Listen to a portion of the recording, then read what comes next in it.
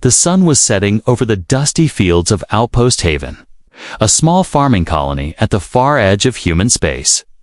A warm orange glow covered the rows of crops, and the air was filled with the smell of soil after a long day's work. Children ran between the houses, laughing and chasing each other. But not everyone was happy. Eli, a boy of only 12, was walking home from the fields when he heard crying behind the old water tower. The sound was soft at first, but it pulled at him like a thread. Making him stop and listen, he stepped closer and saw Hearn, alien girl, small and thin, sitting on the ground with her knees pulled to her chest. Her skin had a faint silver glow under the sunlight, and strange swirling patterns ran along her arms. Her eyes, large and bright like polished moonstone, looked up at him in fear. Two older boys stood nearby, laughing cruelly. They had been throwing dirt at her and calling her names, words Eli had heard some adults use when speaking badly about her kind. The alien girls' people, the Silurians, were not liked here. Many settlers said they were different and couldn't be trusted. Though no one ever explained why, Eli felt anger rise in his chest. "Leave her alone," he shouted, stepping between her and the bullies. The boys smirked, but when Eli grabbed a wooden stick from the ground, their smirks faded. "This isn't your business," one of them sneered. But Eli's stance told them he was ready to fight. After a tense moment, the boys walked away. Muttering under their breath, Eli turned to the girl, lowering the stick. "Are you hurt?" he asked, his voice soft. She shook her head but didn't speak. Only looking at him with wide, cautious eyes, Eli took a small step closer, holding out his hand. "My name's Eli," he said. "What's yours?" For a long moment, she stayed silent, then finally whispered, "Lyra." Her voice was light and soft, like the wind moving through tall grass. Eli smiled and sat down on the ground so he wouldn't tower over her. "They won't bother you again," he promised. "I'll make sure of it." She tilted her head, confused. "Why?" she asked quietly. "Humans. They don't like us." Eli shrugged. "I don't care what they say. You didn't do anything wrong." There was a pause, and then something made Eli say the words that would change both their lives. "Someday, when we grow up, I'll marry you," he said, without thinking too much about it. Her eyes widened, the silver in them catching the fading light. "What does that mean?" she asked. "It means I'll be by your side," Eli explained. "No one will be able to hurt you. And you'll never be alone." Lyra looked down at her hands, a faint smile touching her lips. In her culture, the idea was not strange marriage, was a promise of loyalty, protection, and shared life. Slowly, she reached into the small pouch tied to her waist and pulled out a tiny crystal pendant. It shimmered faintly with a blue light. She placed it in Eli's palm, her fingers brushing against his. "This is for you," she said. "It means you promise." "And I promise too." Eli closed his hand around the crystal, feeling its warmth. "I won't forget," he said firmly, for the first time. Lyra's smile grew, small but real, but the moment didn't last. From the distance came the sound of shouting, calling Eli's name. It was his father, waving for him to hurry. Eli stood and helped Lyra to her feet. "I have to go, but I'll see you tomorrow," he said. She nodded, holding on to the memory of his words. That night, Eli's world changed. His parents told him they had to leave the colony immediately. Traders had brought news of pirate raids nearby, and the family's work contract was ending. Eli argued, begged, and pleaded to stay one more day. But it was no use. By sunrise, their ship was packed and ready to leave. From the window, Eli saw the fields, the water tower, and the dusty road that led to the part of town where Lyra lived. He clutched the crystal pendant tightly in his hand, silently vowing he would return. Years passed, but the memory of that day never left him. Eli grew taller, stronger, and older. But he still carried the pendant, Worn smooth from being held so many times, he wondered if Lyra still remembered him. Or if she had thought he had broken his promise. The galaxy was vast, and the chance of finding her again seemed small. But the thought of her silver eyes still pulled at his heart. One evening, while working at a small repair dock on a mining moon, Eli overheard travelers speaking in hushed tones. They spoke of a colony taken over by a brutal alien faction, one that enslaved survivors. The name of the colony made his blood run cold. Was the same place where Lyra had lived. The men laughed, saying anyone left there was as good as dead. But Eli's heart began to pound.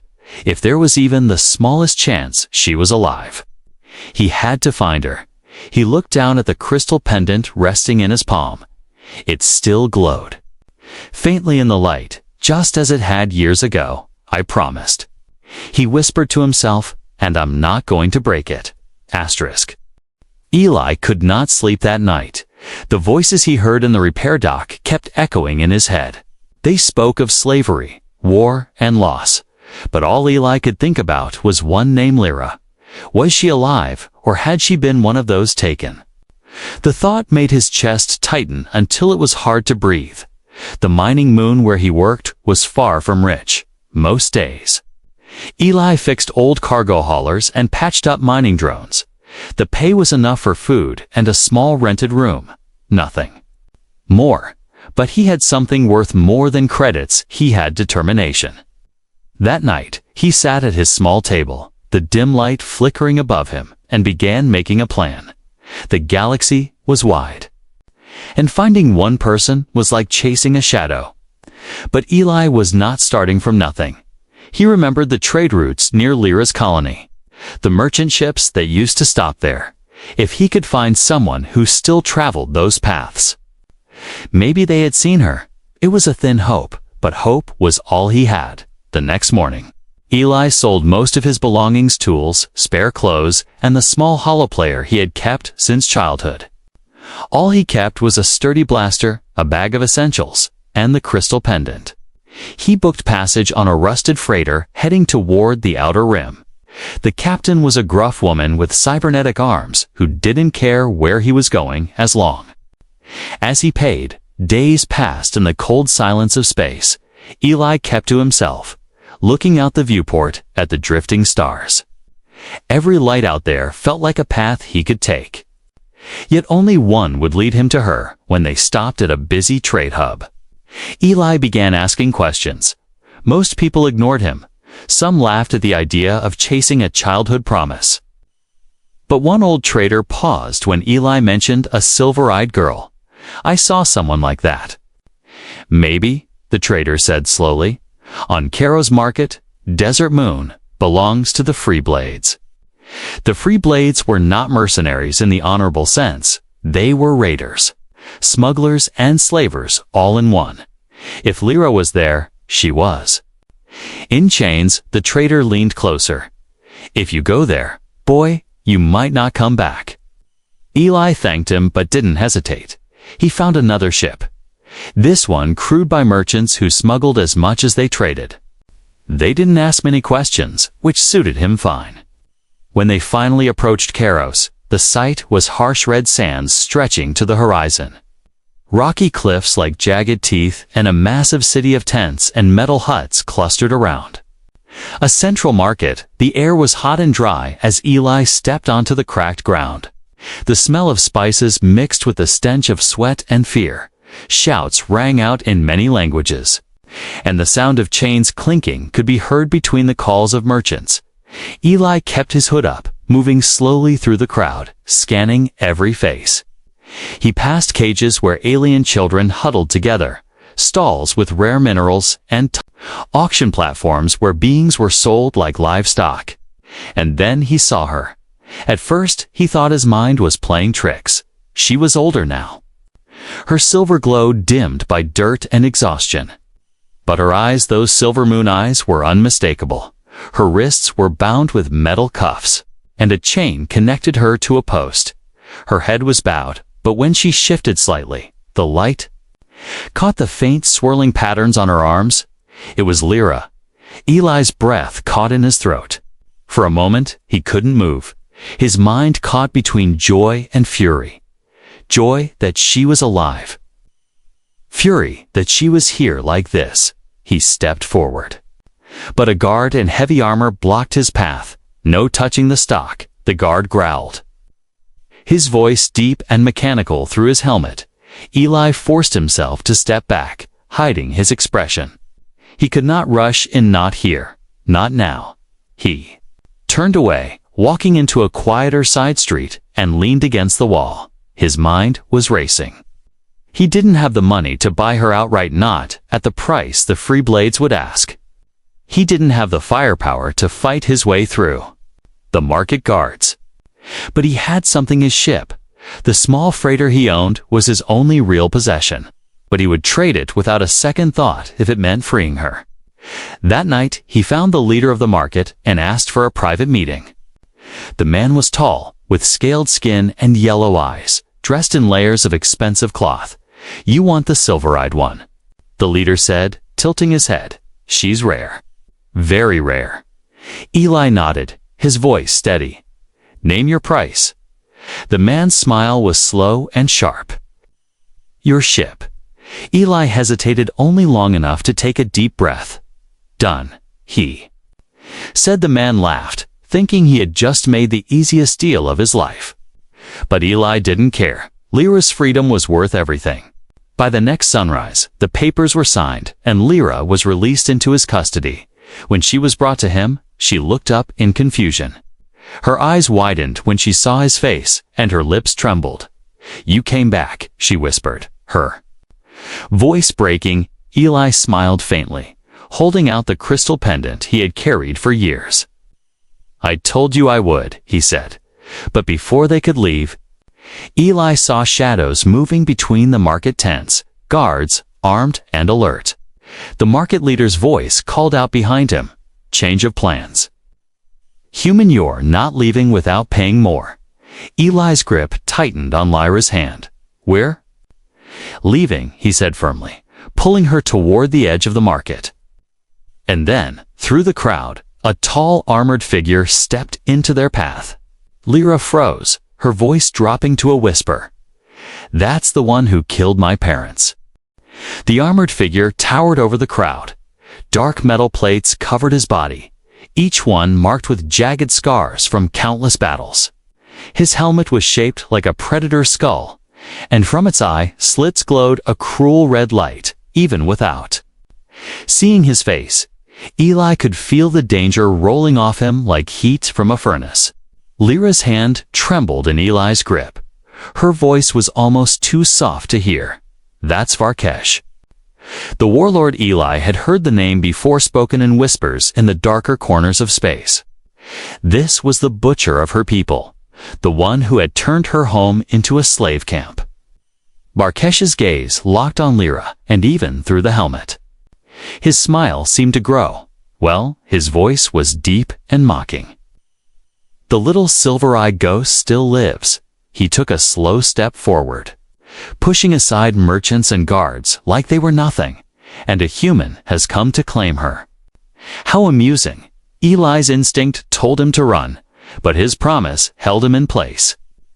"We're leaving," he said, his voice steady even as his pulse hammered in his ears. Varkesh tilted his head, studying him like prey. "You think you can take her from me? You've already paid once, you'll pay again. This time with your life." The warlord gestured, and two of his guards moved to block Eli's path. Around them, the crowd began to back away. Sensing the fight that was about to happen, Eli's mind raced. He was outnumbered, unarmed except for the small blaster under his jacket. If he fired here, the whole market would explode into chaos, and that might be exactly what he needed in one swift motion. Eli pulled the blaster and fired at the nearest guard, the shot hitting the man's armor and knocking him back. The crowd screamed and scattered, turning the market into a storm of movement. Eli grabbed Lyra's arm and pushed through the chaos, weaving between stalls, but Varkesh's voice roared behind them. "Catch them!" alive. The narrow market lanes twisted like a maze. Eli shoved over crates of fruit, tipped barrels into the path. Anything to slow the pursuers. Lyra kept close, her chains still clinking with every step. They burst through the far side of the market and into the open desert, the sun burning high above them. Eli knew he couldn't get far on foot. He had traded his ship, so the only chance was to steal one. The spaceport lay beyond a ridge of jagged rocks, its landing pads shimmering in the heat. But as they climbed the slope, Lyra stumbled, her breath ragged. She had been weakened by captivity. She couldn't run much longer without a word. Eli scooped her up in his arms and pushed on. She didn't protest, only rested her head against his shoulder, her voice barely above a whisper. "You shouldn't have come for me." "They'll kill you." Eli's answer was simple. "I made a promise." They reached the edge of the spaceport, just as shouts rose behind them. Varkash's men had spotted them. Eli spotted a small cargo shuttle, its ramp down as workers loaded crates. He dashed toward it, firing 2 warning shots that sent the workers running. He set Lyra down at the ramp. "Go inside. Strap in." She hesitated for only a moment before nodding and disappearing into the ship. Eli moved to follow, but the shadow of Varkash fell over him. The warlord had closed the distance faster than Eli thought possible. His hand shot out, gripping Eli by the throat and lifting him off the ground. "You think you can steal from me twice?" Varkash snarled. Eli gasped for air, kicking at the massive armored arm holding him. From inside the ship, Lyra's voice cried out, "Eli!" That sound gave him strength. With one desperate motion, Eli pulled the crystal pendant from around his neck and slammed it into the gap in Varkash's helmet. The warlord roared in pain. Dropping him, Eli hit the ground hard, scrambled up, and dove into the shuttle, slamming the controls to lift off. The engines roared, sand whipping in all directions as the ship rose. Varkash stumbled back, his red eyes blazing with fury as he shouted something lost in the noise. The shuttle broke free from the ground, climbing into the sky. Inside, Lyra clutched the seat, her eyes wide with shock. Eli fell into the chair beside her, panting. "You're free now," he said. Though he knew it wasn't entirely true. Varkash wouldn't stop, not after this. Lyra looked at him for a long moment, then reached out and touched the crystal pendant. "Still warm from the fight. You kept it all these years," she whispered. Eli nodded, "And I'll keep my word too." But as the stars came into view, the shuttle's console began flashing red. They were being tracked, somewhere far below. Varkash was already sending his hunters after them. This rescue was only the beginning. The stars outside the shuttle streaked into long lines as Eli pushed the engines to their limit. The controls rattled under his hands, warning lights flashing, but he didn't care.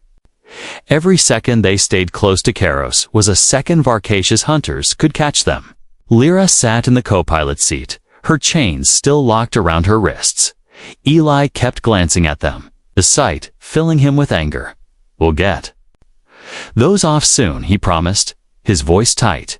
She nodded, but said nothing, her eyes scanning the stars, always looking behind them.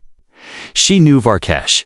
He didn't forgive, he didn't forget, and he never let prey escape. A sudden beeping filled the cabin. Eli's stomach sank. 2 ships were closing in fast. "There." Signals sharp and hostile. "They're here," Lyra whispered, her voice barely louder than the hum of the engines. Eli swore under his breath and checked the radar. The pursuers were smaller fighters built for speed. They were gaining, and the shuttle's sluggish cargo engines couldn't outrun them forever. "Hold on," Eli said, pushing the throttle until the panels groaned. The shuttle dove toward a nearby asteroid field, its jagged rocks spinning slowly in the darkness. The moment they entered the field, the stars disappeared behind walls of stone. Eli weaved the shuttle between massive drifting boulders, the hull scraping once, twice. The fighters followed. their cannons flashing bright bursts of light. Bolts slammed into the rocks around them, sending shards spinning through space. Lyra gripped the edge of her seat, her knuckles white. "You've flown through one of these before?" she asked, her voice tense. "Once," Eli replied, swerving hard to avoid a collision. "And I almost died." She gave him a quick look, unsure if he was joking. One of the fighters tried to cut them off, slipping between two asteroids too. "Get a clear shot." Eli twisted the shuttle sharply, letting a massive boulder pass inches from their hull. The pursuing ship miscalculated, slamming into the rock with a fiery explosion. "That's one down," Eli muttered. But the second fighter was smarter.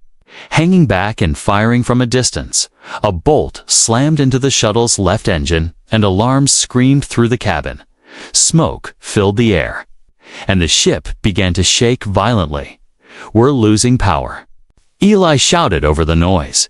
He dove toward a cluster of asteroids that were spinning close together. "Strap in," he told Lyra, his voice urgent, with a burst of speed. He squeezed the shuttle through a narrow gap, scraping paint and metal. The fighter tried to follow, but the gap closed as two rocks collided, crushing it instantly. Silence returned, except for the faint crackle of damaged circuits. Eli didn't relax. They had escaped the immediate chase, but the shuttle was limping, one engine half dead. He set a course toward the nearest habitable system, an uncharted moon he remembered from his smuggling days. It had caves deep enough to hide a ship as the shuttle drifted through quiet space. Lyra finally spoke. "You risked everything for me," she said softly. Eli glanced at her. "I told you when we were kidside, be by your side." Her silver eyes softened, and for the first time since they escaped, she smiled. "In my people's way, you've already kept your vow," she said. "When I gave you the crystal, it was a bond token. Our promise was real." Eli blinked. "You mean?" "We were actually—" "Yes," she interrupted gently. "From that day, you were my chosen." Silence filled the cabin for a moment. Eli didn't know what to say, but the weight of his promise felt even greater now. Before he could answer, a warning light flashed on the console long-range scan detection. Someone was looking for them, and it wasn't friendly. They reached the moon hours later, its surface covered in jagged mountains and black craters. Eli guided the shuttle down into a canyon, the shadows hiding them from above. They found the entrance to a cave big enough to swallow the ship inside. The darkness was complete until Eli activated a small light, casting long shapes across the rocky walls. Once the engines were powered down, he worked on the chains around Lyra's wrists. With a few tools from the emergency kit, he finally snapped them open. Her hands were free, but the skin beneath was raw and scarred from years and restraints. Eli's jaw tightened. "He's going to pay for this." Lyra looked at him, her voice steady. "Varkesh won't stop until one of you is dead." Outside, the moon's surface was silent, but Eli knew it wouldn't stay that way for long.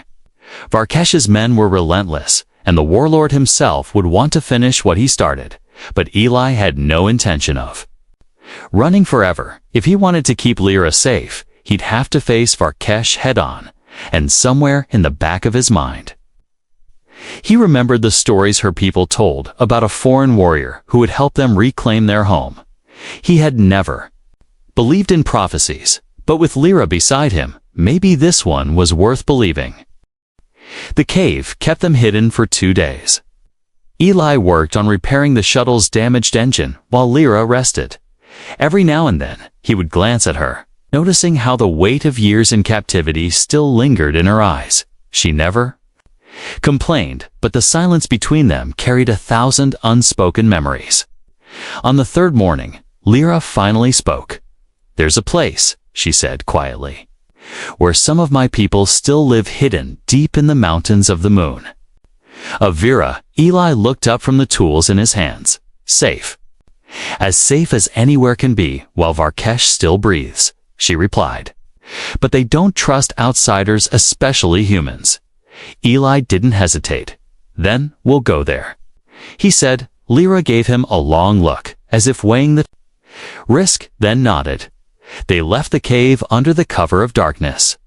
The shuttle limped through space, engines still weak, until the moon of Vera appeared ahead.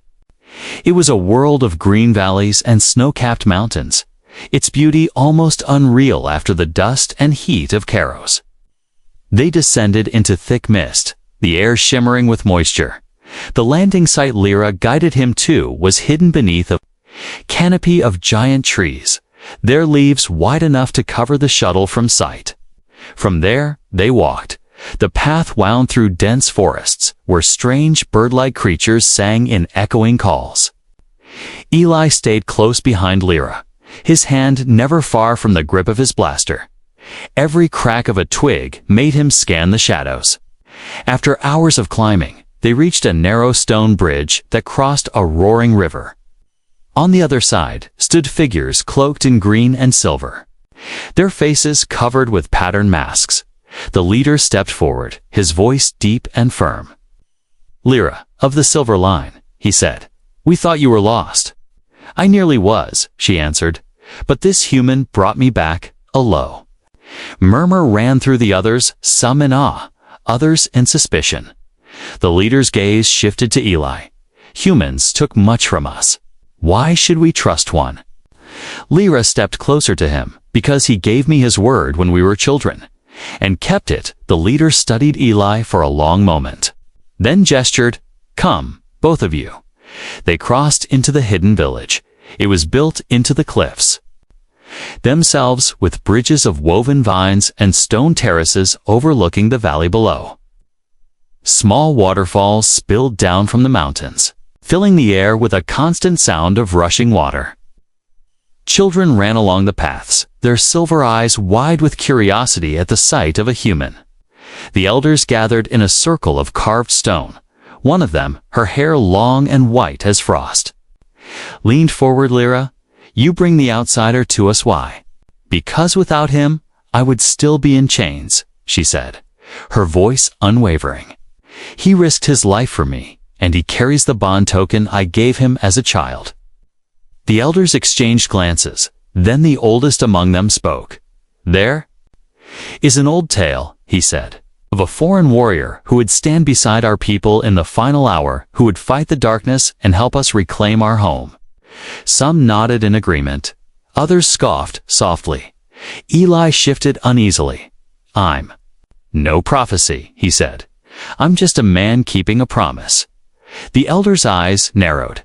"And yet, you stand here, carrying our bondstone, wearing the marks of a man who has fought to protect one of our own." Lyra placed her hand on Eli's arm. "He is the one," she said simply.